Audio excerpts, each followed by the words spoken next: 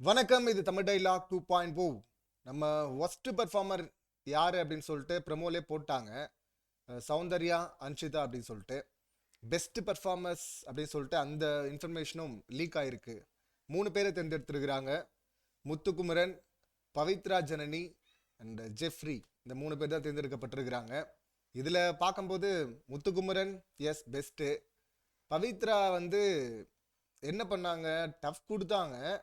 போய் அட்டாக்லலாம் அவங்கள வச்சு ஒன்றும் பண்ண முடியல. அவர் முத்துக்குமரன் பார்த்தீங்கன்னா இழுத்துட்டு போயிட்டே ஒரு கல்லாக பாஸ் பண்ணிட்டு இருந்தார் அந்த பக்கம்.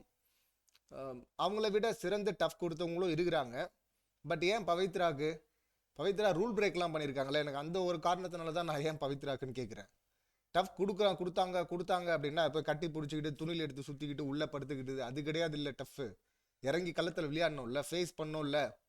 அப்படி அவங்க ஃபேஸ் பண்ணல. அதனால எனக்கு அதில் விருப்பம் இல்லை. மற்றபடி சில பேர் சொல்லுவாங்க இல்லைங்க டஃப் கொடுத்தாங்க அப்படின்னு. நான் சொல்லிட்டு போங்க.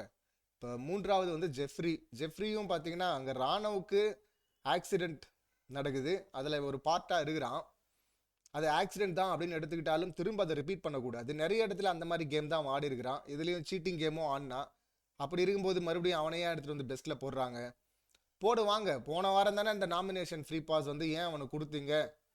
இங்கே ஜெஃப்ரிக்கும் சொன்னார்ல, ஏன் நீ அதை வாங்கின, நீ அதுக்கான தகுதியான ஆள் கிடையாது, இங்கே அரசியல் நம்மளை சுற்றியும் நடக்கும், நம்மளை வச்சும் நடக்கும் அப்படின்னு சொல்லிட்டு அவ்வளோ தூரம் கிளாஸ் எடுத்துகிட்டு போனால் திரும்பவும் இதான் பண்ணியிருக்கிறாங்க. அங்கே ஒரு ஃபேவரட்டிசம் வந்து இருக்கும். அது எப்பவுமே இருக்கிறது தானே. அந்த ஃபேவரட்டிசத்தால் தம்பி ஜெஃப்ரியை முன்னாடி எடுத்துகிட்டு வந்திருக்கிறாங்க. ஸோ இந்த 3 பேர் தான் பெஸ்ட் பர்ஃபார்மர்ஸ். இவங்களுக்குள்ள கேப்டன்சி டாஸ்கே வச்சுட்டாங்க அப்படின்னு சொல்லிட்டு ஒரு நியூஸ் இருக்குது. கேப்டன்சி டாஸ்க்கு வச்சு அப்படின்னா கேப்டன்சி டாஸ்க் வச்சா வின்னர் யாருன்னு சொல்லணும்ல. யாரா இருக்கும் வின்னர்? ஆக்சுவலாக டாஸ்கே நடக்கல. டாஸ்க்கை வச்சு பாதையிலே வந்து பிபி வந்து அதை ஸ்டாப் பண்ணியிருக்கிறாரு. காரணம் முத்துக்குமரன் வந்து பவித்ராக்கு விட்டு கொடுக்கறதுக்காக அவர் ஒரு கேமை ஆட பிபி வந்து கடுப்பாயிட்டு இருக்காரு. எத்தனை நாள்ரா நானும் பார்க்கறது அப்படின்னு சொல்லிட்டு உள்ள பூந்து கேமையே நிப்பாட்டியிருக்காரு. இப்போ கேம் வந்து போஸ்ட்போன் ஆயிருக்கு சண்டேக்கு அப்படின்னு சொல்றாங்க. பிக் பாஸ் கிட்ட முத்துக்குமரன் சாரி பிக் பாஸ் அப்படின்னு சொல்லிட்டு நிறைய முறை மன்னிப்பு கேட்டாராம். இந்த பக்கம் பவித்ரா உட்காந்து அழுதுட்டு இருந்தாங்க அப்படின்னு சொல்லிட்டு சொல்றாங்க தகவல். இதுல ஜெஃப்ரி, முத்துக்குமரன், பவித்ரா 3 பேர் போட்டி போடுறாங்க. பவித்ராக்கு இவர் ஃபேவர் பண்ணிட்டாரு அப்படின்னு சொல்லிட்டு ஏன் நிப்பாட்டணும்? இல்லை இதுதான் ஃபர்ஸ்ட் டைம் நடக்குதா, இல்லை இதுக்கு முன்னாடி எல்லாம் நடக்கலையா? பவித்ராக்கு விட்டு கொடுக்குறாரு அப்படின்னு தெரிஞ்சதும் ஸ்டாப் பண்றாரு பிக் பாஸ். இதுக்கு முன்னாடி அந்த மாதிரிலாம் நடக்கும்போது ஏன் ஸ்டாப் பண்ணல?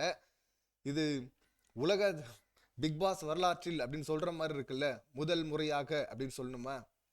அப்பெல்லாம் ஸ்டாப் பண்ணவும் மாட்டாரு. அதுதான் பிக் பாஸ். அவர் ஸ்டாப் பண்ணி அவர் வந்து நியாயம் எல்லாம் சொல்லிட்டாருன்னா அப்புறம் வீக்கெண்ட்ல வரவருக்கு என்ன வேலை இருக்கு? அதனால அவர் சொல்ல மாட்டாருன்னு நினைச்சா இப்போ எதுக்கு ஸ்டாப் பண்ணாரு? என்ன காரணம்னு புரியல. டீம் சைடு நடந்த குழப்பமா, இல்லைன்னா நிஜமாவே இந்த கேம் வந்து நியாயமா நடக்கணும் அப்படின்னு சொல்லிட்டு ஸ்டாப் பண்ணிட்டாரா? அப்படி நியாயமா நடக்கணும் அப்படின்னு சொல்லிட்டு ஸ்டாப் பண்ணியிருந்தா இப்போ வர இந்த வாரத்தில் கேட்க வேண்டிய விஷயங்கள் அப்படின்னு சொல்லிட்டு நம்ம எதிர்பார்க்கறதெல்லாம் விட்டுட்டு முத்துக்குமரனை தான் வச்சு பொலக போறாரு போல இருக்கு விஜேஎஸ். ஏன்னா இப்போ வீக்கெண்டு கிட்ட நடக்கிற விஷயத்த தானே எடுத்து ஹைலைட்டாக பேசுவாங்க. அப்படி பார்த்தா சம்மந்தம் இல்லாமல் போட்டு அங்கே அடிக்க போறாரோ அப்படிங்கிற அந்த டவுட்டும் நமக்கு இருக்கு. முத்துக்குமரன் ஏன் கிவ் அப் பண்ற இடத்துக்கு போனாரு, அதுவும் கேப்டன்சி டாஸ்க்ல அப்படி சொல்லிட்டு புரியல. முதல்ல அந்த டாஸ்க்கை பார்ப்போம். இப்போ ஒஸ்ட் அப்படின்னு நம்ம பார்க்குறோம்ல, அந்த ஒஸ்ட் பர்ஃபார்மர்ல சௌந்தர்யா வந்து மஞ்சரி சொல்லும் போது அப்படியே ஒரு பயங்கரமான ரியாக்ஷன்லாம் கொடுக்குறாங்க. இது மட்டும் தானே தெரியும். அங்கே போய் ஆட சொன்னால் ஆட வராது. எல்லா வாரமும் எல்லா டாஸ்க்லையும் ஒஸ்ட் பர்ஃபார்மர் அப்படி சொல்லிட்டு இவங்க பேரை நிரந்தரமாக வச்சிடலாம் போல இருக்கு. ஏன்னா அந்த மாதிரி தான் இருக்குது கேம். ஒன்றே ஆட தெரியாமல் அவுட் ஆகிட்டு முதல்ல வந்துடுது. இல்லைன்னா அங்கே போயிட்டு ஸ்பாயில் பண்ணுறது, மார்க் பண்ணுறது, அடிக்க பாயிடுறது. இதை தவிர ஒன்றும் தெரில. இவங்க அவ்வளோ இன்னசென்ட்டும் கிடையாதுன்னு ஏற்கனவே எல்லாருக்குமே தெரியும்ல. அது வில்லா டு வில்லேஜா, அதில் ஆல்ரெடி இவங்க நிறைய டாஸ்க் விளையாடின ஆள் தானே. இங்கே வந்து நடிக்கிறாங்க க்யூட்டாமா, ஆடாமல் ஜெயிக்கணும்னு சொல்லிட்டு ஒரு ட்ராமா. அடுத்து ஜெஃப்ரி வந்து சொல்கிற அப்படி ஸ்போர்ட்ஸ்மேன்ஷிப்லாம் நிறையா இருக்குது, ஆனால் வந்து விட்டு கொடுத்துட்றாங்க, கிவ் அப் பண்ணுறாங்க அப்படின்னு சொல்கிறாரு. ஜெஃப்ரிக்கு ஒரு ரியாக்ஷன், இந்த பக்கம் மஞ்சரிக்கு ஒரு ரியாக்ஷன். மஞ்சரி சொல்லும்போது பார்த்தீங்கன்னா அப்படியே ஷாக். என்னவோ இவங்களால தான் ரயான் நாமினேஷன் ஃப்ரீ பாஸ் வாங்கின மாதிரி ஒரு ஷாக் கொடுக்குறாங்க பாருங்க. இதுதான் சம்மந்தம் இல்லாத ரியாக்ஷன். அந்த ரியாக்ஷனையும் ஒழுங்காக கொடுத்து தொலைக்கிறது இல்லை. இதே படத்துலலாம் இல்லை வேற மூவி ப்ராஜெக்ட்லாம் வந்தாங்கன்னா அங்கே வந்து ஸ்டாப் பண்ணிட்டு ஏமா ஏமா ஓவரா நடிக்கிற, ரியாக்ஷனை குறை அப்படின்னு சொல்லுவாங்க. அந்த ரியாக்ஷனுடைய மீட்டர் கூட தெரியாமல் எக்கச்சக்கமாக ரியாக்ஷன் கொடுத்துட்டு இருக்கு. இதுக்கு வந்து கியூட் வேற, இருக்கிறதுலே கோமாளி. நேற்று பார்த்தோம்ல எவ்வளோ வன்மத்தை கொட்டினாங்க அப்படின்னு சொல்லிட்டு. இவங்கள தவிர எல்லாருமே நடிக்கிறாங்க உள்ள. கூச்சமே இல்லாமல் ஒருத்தவங்க வழியில் கதறும் போது நடிக்கிறான்னு சொல்ல வருது இல்லை. என்ன மாதிரியான ஒரு கேரக்டராக இருந்தால் இப்படியெல்லாம் வரும்? இல்லை இன்னசென்ட்னு வேற சொல்கிறோம். இன்னசென்டடா அது? அது டெவில் தன்மை. அது அது அன்ஷிதாவோட பயங்கர டஃப் உங்களுக்கு. யார் வந்து இந்த டெவில் டாஸ்க், அதாவது டெவில் டாஸ்க் வீக்லி டாஸ்க் முடிஞ்சு போச்சு. ஓவரால் பிக் பாஸ் சீசனில் யார் அந்த டெவில் அப்படின்னு சொல்லிட்டு அதில் தான் போட்டி போயிட்டு இருக்கு சௌந்தர்யாக்கும் அன்ஷிதாக்கும். இப்போ அடுத்து அன்ஷிதாவை சொல்கிறாங்க. முத்துக்குமரன் வந்து சொல்கிறாரு, ஆரம்பிக்கிறாரு, அன்ஷிதா நம்ம காட்டினதில்லை, ஸோ அன்ஷிதா அப்படின்னு சொல்கிறாரு சரியா விளையாடலை அப்படின்னு சொல்லிட்டு. கரெக்டு தான். ரூலை ஒரு முறையும் பிரேக் பண்ணிட்டு சாரி சொல்கிறதுல ஒன்றும் கிடையாது. சாரி சொல்கிறதுக்காக ரூல் கிடையாது, ஃபாலோ பண்ணுறதுக்காக தான் ரூல் அப்படின்னு சொல்லிட்டு ரயான்னு சொன்னதும் ரொம்ப கரெக்டாக இருந்தது. அவங்க அது மாதிரி பண்ணியிருக்கிறாங்களான்னா நிறைய முறை பண்ணிட்டாங்க.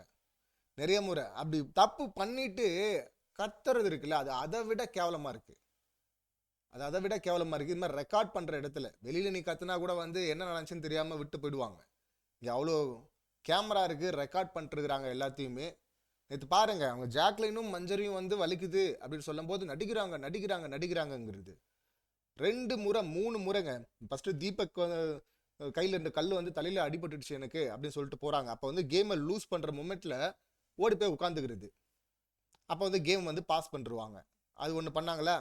அப்புறம் இவங்க வந்து ஜாக்லின் கால் வந்து என் கழுத்தை நெரிச்சிருச்சு, கேப்டன் கத்தி ஃபுல் லாக்ல இருக்கிறாங்க, வெளியே வர முடியாது, கேம் முடிய போகுது.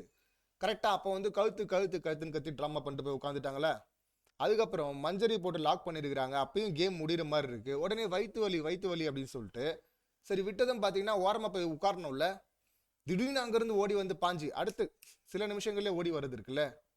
என்னது இது? கேவலமாக இருக்குல்ல. வயிற்று வலின்றது, கால் வலின்றது. என்னை விட்டுட்டாங்கன்னா லாக்லேருந்து வெளியே வர முடியலன்னா இப்படி ஒரு போங்காட்டம் ஆடுறது. இவ்வளவு கேவலமாக போய் சொல்லி மாட்டிருக்கிறாங்க. குறும்படம் இருக்கணும், இல்லைன்னா சரியான செருப்படி இருக்கணும் பிஜேஎஸ் கிட்ட. நான் இந்த அளவுக்கு மோசமாக இது முன்னாடியெல்லாம் பண்ணதில்லை. போய் சொல்லியிருக்கிறாங்க, மாட்டுவாங்க. ஆனால் இது அதை விட உச்சமாக இருக்குல்ல தொடர்ந்து பண்ணுறது. அதே இன்னொருத்தவங்க நிஜமாக வலிக்குதுன்னா இல்லை நடிக்கிறாங்கன்றது அப்பட்டமாக தெரியுது இல்லை. 3 குறும்படங்கள் இருக்குது இவங்க போய் சொன்னதுக்கான குறும்படங்கள். ஸோ ஒஸ்ட் பிளேயர் அப்படிங்கிறதுல எந்த ஆச்சரியமும் இல்லை. அப்புறம் ஜாக்லின் வந்து சொல்கிறாங்கல்ல, இவங்க ஆடினது எனக்கு பிடிக்கல அப்படின்றாங்க. யாருக்குமே பிடிக்கல, ஆனால் ஓட்டில் மட்டும் ஏறுது. பிஆர் செட்டப் போல் இருக்குது. அதை அடுத்த வீடியோவில் பேசுவோம், யார் என்ன பொசிஷனில் இருக்கிறாங்க ஓட்டிங்கில் அப்படின்னு சொல்லிட்டு. ஸோ இந்த சம்பவங்களை நீங்கள் எப்படி பார்க்குறீங்க, உங்கள் கருத்து என்ன அப்படிங்கிறத கமெண்ட் பண்ணுங்கள். மீண்டும் அடுத்த வீடியோவில் சந்திக்கலாம். நன்றி, வணக்கம்.